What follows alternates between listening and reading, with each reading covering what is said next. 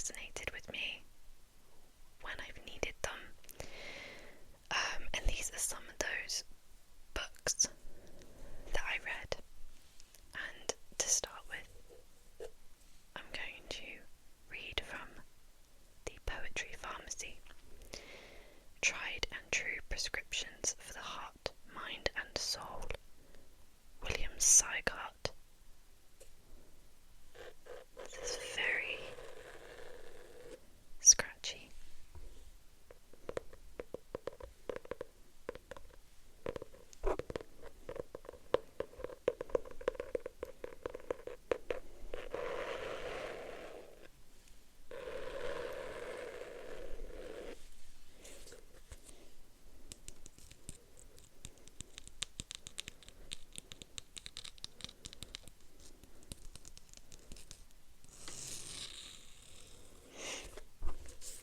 It says on the back, "Here is balm for the soul, fire for the belly, an arm around the lonely shoulder, a matchless compound of hug, tonic and kiss." That was written by Stephen Fry. Sometimes only a poem will do. These poetic prescriptions and wise words of advice from William Sygart's dispensary offer comfort, delight, and inspiration for all, a space for reflection and that precious realization: I'm not the only one who feels like this.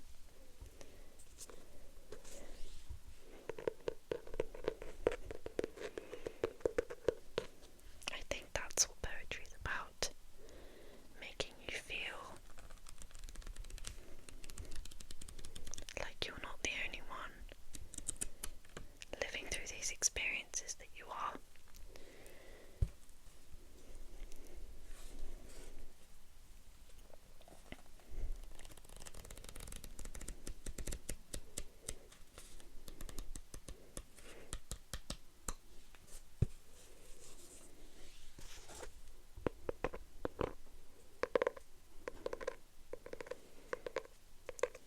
Okay, I haven't looked at this for a long time.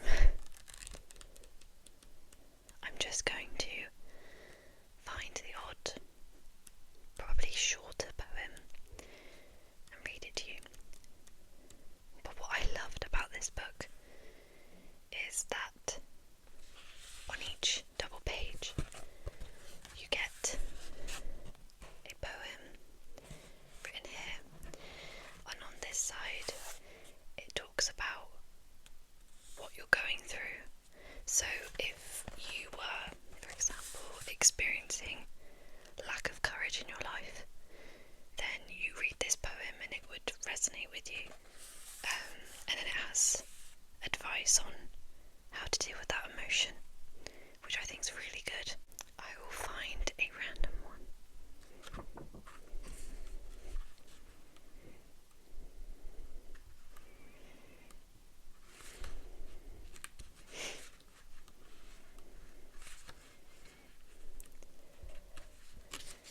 Okay, this poem is called The Ideal by James Fenton.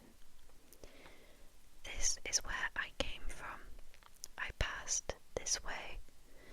This should not be shameful or hard to say. A self is a self. It is not a screen.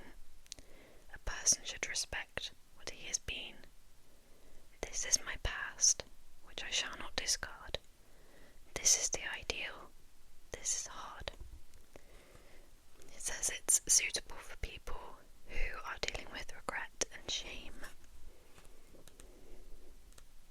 I'm going to read this one, which is for people who are dealing with insecurity or negative body image, a lack of confidence, low self-esteem, feelings of unattractiveness, which I think most people have experienced at some point in their life. So this is called The Phenomenal Woman by Maya Angelou. Pretty woman, wonder where my secret lies. I'm not cute or built to suit a fashion model's size.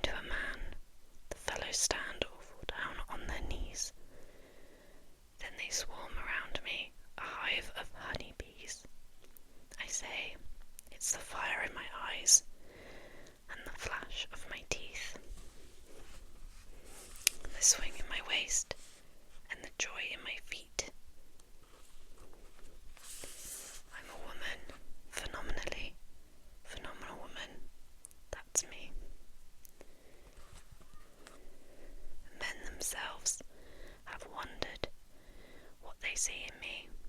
They try so much, but they can't touch my inner mystery. When I try to show them, they say they still can't see. I say it's in the arch of my back, the sun of my smile, the ride of my breasts, the grace of my style. I'm a woman, phenomenally, phenomenal woman. That's me.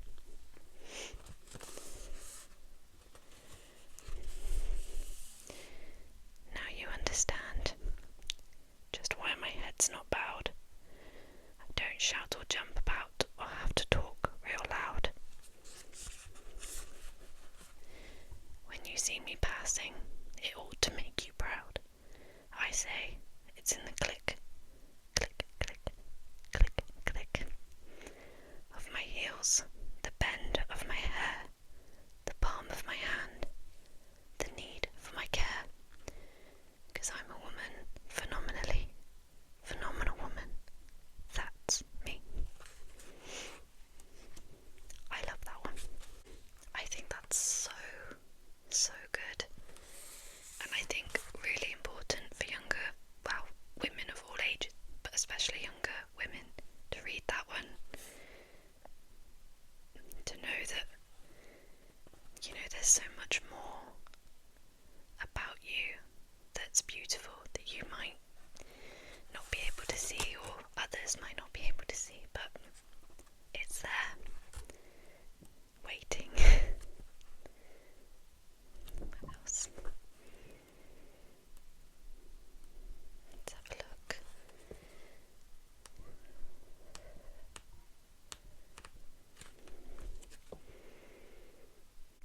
Nettles by Vernon Scannell. My son, aged 3, fell in the nettle bed. Bed seemed a curious name for those green spears. That regiment of spite behind the shed. It was no place for rest. With sobs and tears, the boy came seeking comfort, and I saw white blisters beaded on his tender skin. We soothed him till his pain was not so raw. At last he offered us a watery grin, and then I took my billhook, owned the blade, and went outside and slashed in fury with it, till not a nettle in that fierce parade stood upright any more.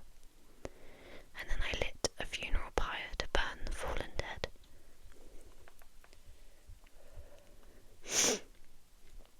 But in 2 weeks, the busy sun and rain had called up tall roots behind the shed.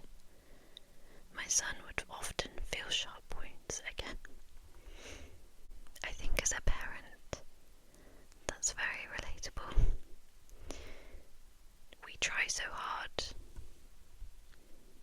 to stop our children from getting hurt, but at the end of the day, there's not much we can do. We can't protect them from everything, unfortunately.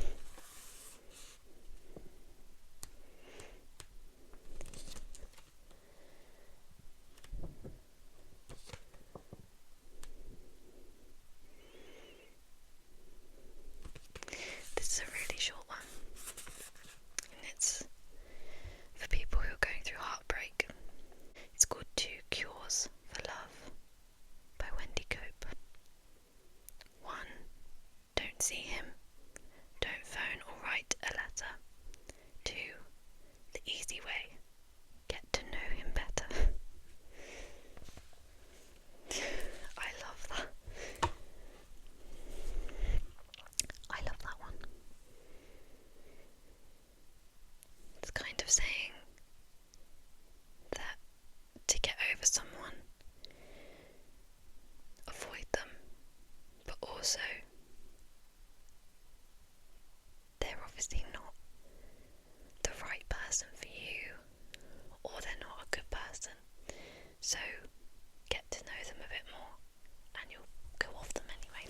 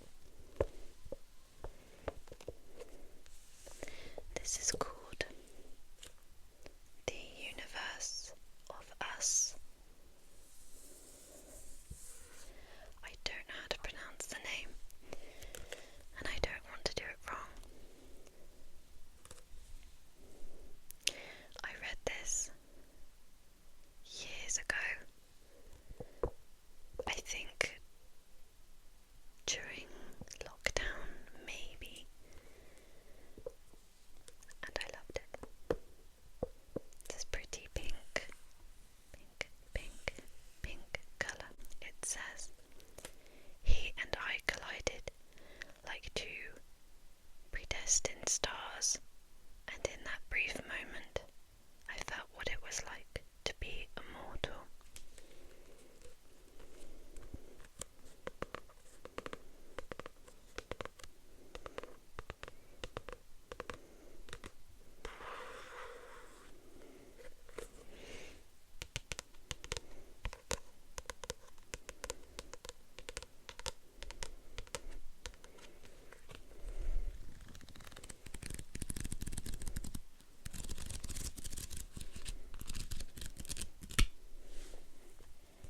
It's a really good sound.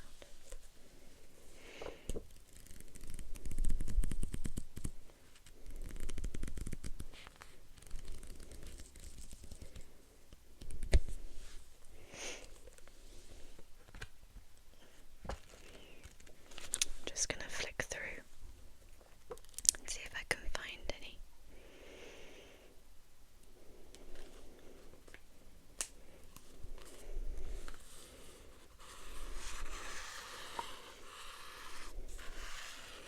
This one's called I Will Cry. Tomorrow I'll cry for all the world, for all the things gone wrong. I will cry for every tethered bird who has lost her joyful song. Tomorrow I'll cry for every heart that has broken like boughs in two. But today, my love, you have my tears. Today I will cry for you.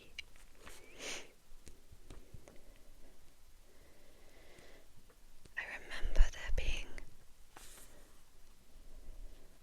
a poem in here that I really enjoyed, and I don't know what it was called,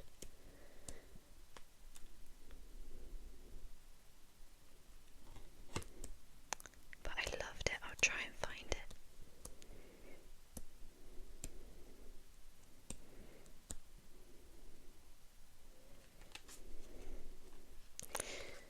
I'll try and find it, but for now I'll read another one. This is called For the World. I talk to you all the time, even if you can't hear me. I tell you constantly, over and over, how much I miss you, and that for me nothing has changed. I think about the days when we could say anything to each other. My heart is like a time capsule. It keeps safe the memory of you. I know it's harder with you gone than if you had never been here at all, but I wouldn't have missed it for the world. It's really sad.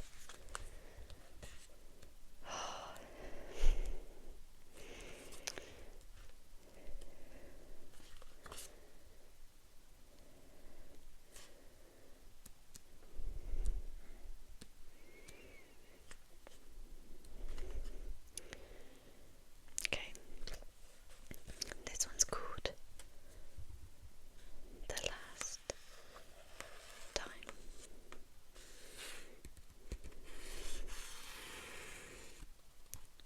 When was the last time you said I love you and meant it? When was the last time you heard those words back? When was the last time you felt like someone knew you and not the person you've been pretending to be? When was the last time you felt like yourself? When was the last time you heard someone say his name? When was the last time it killed you to hear it? When was the last time you felt love well up in you like a newly struck spring, like an outpouring of the soul? When was the last time he called you beautiful? When was the first?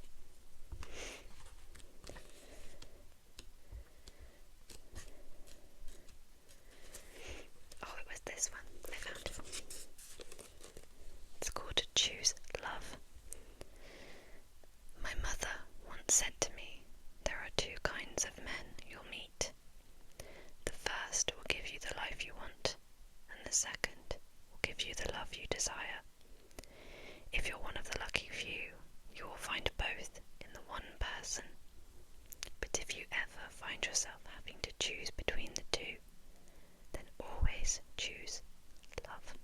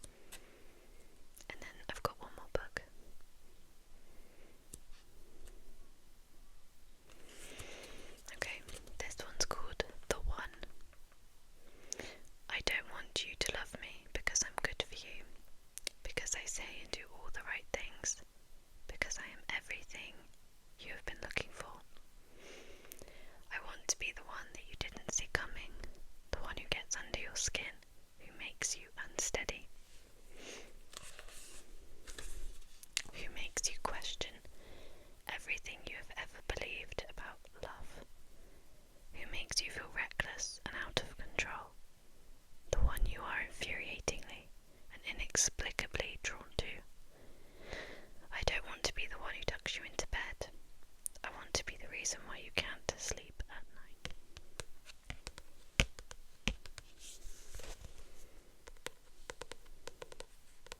Okay, so that was the universe of us. And finally, I have Dear Girl. My friend bought me this, I'd say a few years ago, and I think she bought one for herself and she got sent two by mistake, so she gave me the other one. It says, Dear Girl is a journey from girlhood to womanhood through poetry. It is a search for truth in silence, the freeing of the tongue.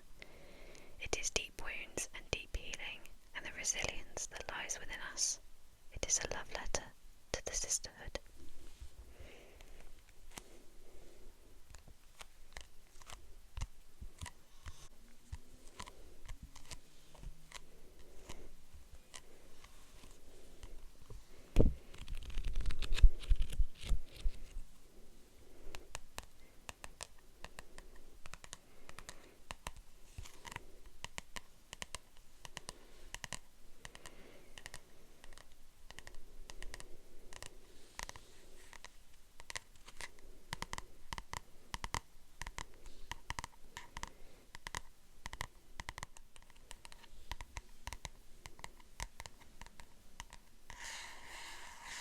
I think there's a theme with all of my poetry books.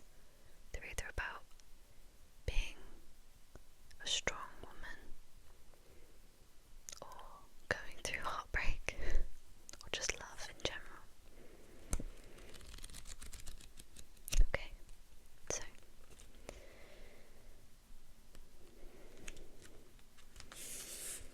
this one is, Dear Child, I will not shame you for loving who you love.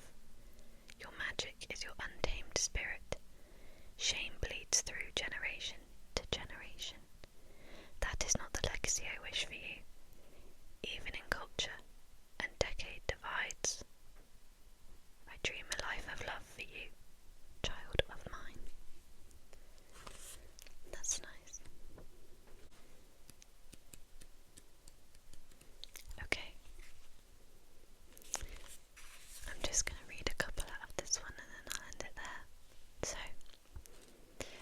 there is no such thing as weak women, only women who have not stepped into their power. Step into it, the world is waiting.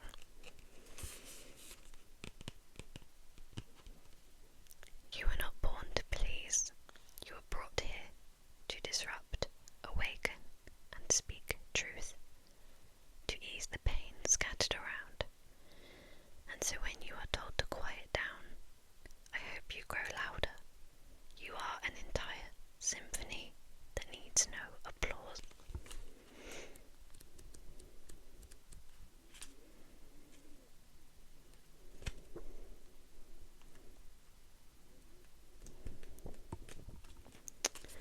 Okay. In heartbreak, remember, you are but one life. Millions have come before, and millions will come after. They too have shared or will share the same breaking of the heart and survived. I think I'll read one more.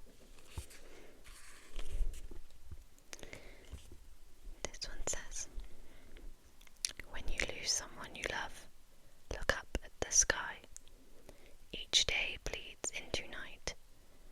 Just like that, the moon arrives, the stars line the sky, and in mere moments the night evaporates into sunrise.